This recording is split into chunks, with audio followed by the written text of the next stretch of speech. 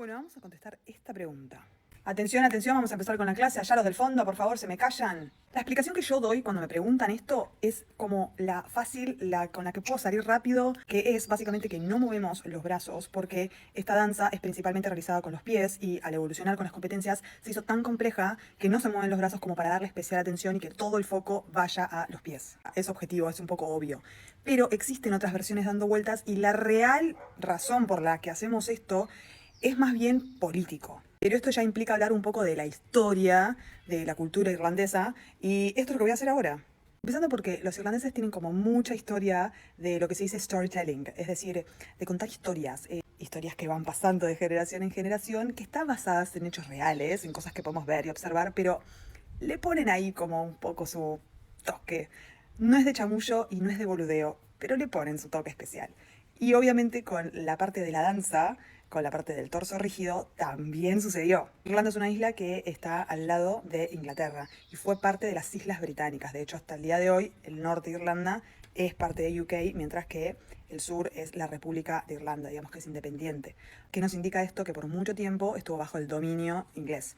Entonces hubo una época en la que los ingleses, por supuesto, prohibieron todo tipo de expresión cultural porque los irlandeses empezaban a querer independizarse, entonces empezaron a ver como ciertos focos de rebeldía y por lo tanto los ingleses lo que dijeron es, bueno, basta de reuniones sociales, basta de expresiones culturales, basta de que hablen su idioma, sus músicas, que no bailen, que no se junten, que no se reúnan, que no, nada. Obviamente con el objetivo de controlar estos focos de rebeldía.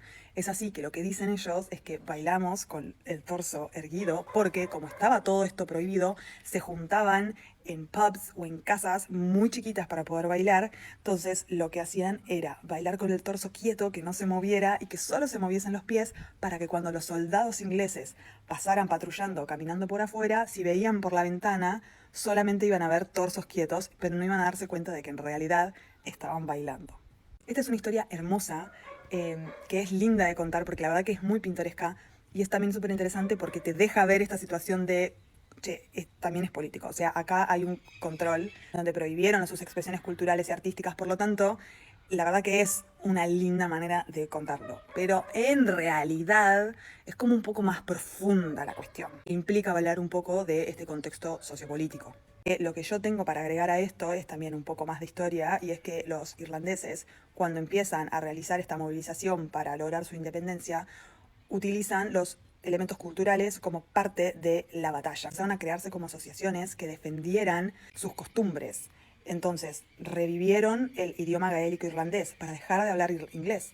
Revivieron la música, revivieron el baile, revivieron los deportes. Esto tuvo un nombre y se llamó The Gaelic Revival.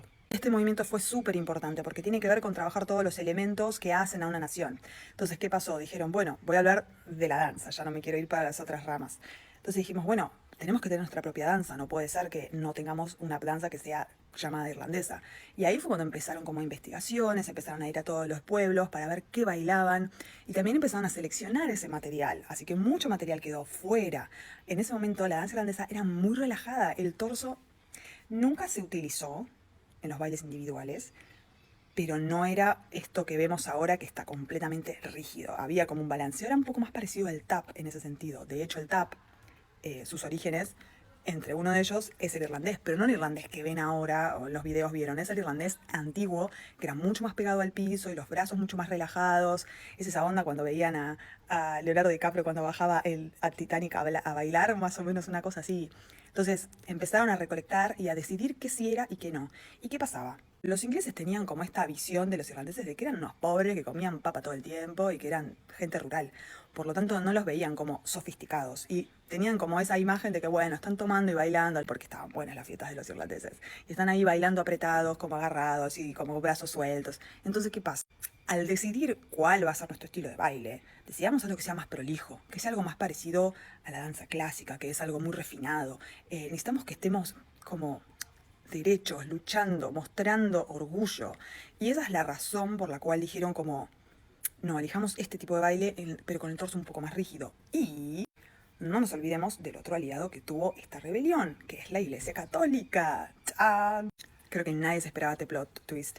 Pero bueno, recordemos que la República de Irlanda, católica, ingleses y el norte de Irlanda, protestantes, Entonces esta lucha por la libertad también fue de alguna manera apoyada por toda la Iglesia Católica. ¿Y dónde empezaban a realizarse estos bailes para fomentar la cultura irlandesa? En los halls de las parroquias. Pero ¿qué pasaba? Estaba ahí el padre y el padre estaba mirando todo y no quería que todo sea un desmadre. Entonces necesitaba que las danzas sean más alejadas, que no sean pegados contra los otros, que los brazos no sean inapropiados, como levantándolos por ahí. Entonces que sean como más elegantes, un poco más correctos. Así que también está la mirada ahí de la religión como tratando de contener un poco todo.